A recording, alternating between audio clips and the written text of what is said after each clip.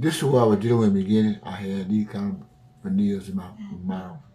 You can see that they were all jacked up, all that, and then different colors and stuff, everything. You can see how I invested early.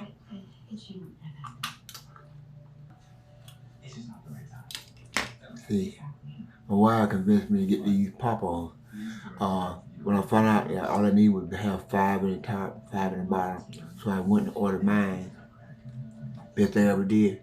Then I put these in.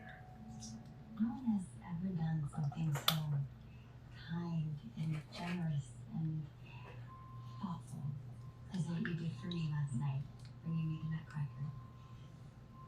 Thank you. And you can see, it's a whole lot better for me. Book, huh? Thank you, Pop On Veneers.